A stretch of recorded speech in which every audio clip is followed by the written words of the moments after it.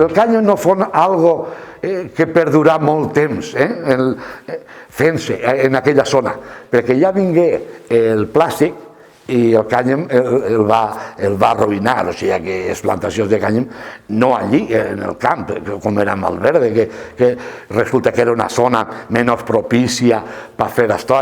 la Vega Baja i aquí tota aquesta zona d'aquí de Puçol i de més, aquí se plantava en més quantitat, però allí hi havia finca que se dedicava a això, també a plantar-ne.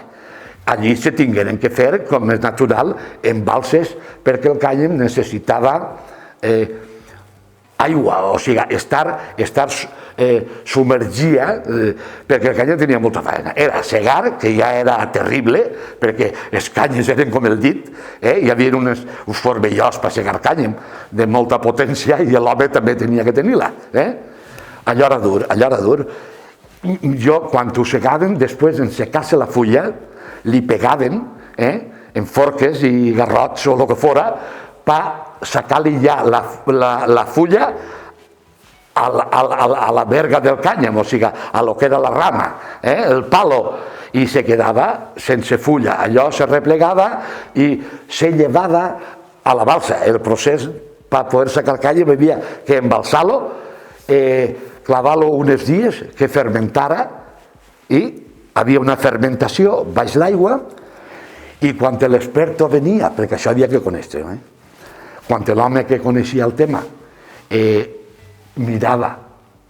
com estava, però potser estava embalsat 8 o 10 dies, i els 8 o 10 dies, o el que fora, veia que el cànem estava bo per sacar, entonces havia que sacar-lo de l'aigua. Sacar-lo de l'aigua, imagina't, xorrant les garbes de la balsa i escampar alrededor de la balsa. El sol se feia com un abanico, se feia com una tenda d'índios, s'escampava més o menys així, i després se tornava a replegar, mira si havia que... I ja se deixaven garberes fins que vingueren els homes en aquesta màquina que tenim aquí, que era la que li sacava la gramissa, que se diu. La gramissa era la madera del cànem, la fibra estava alrededor de la madera, en fi, i això era el procés del cànem, que també era molt sal. El que passa és que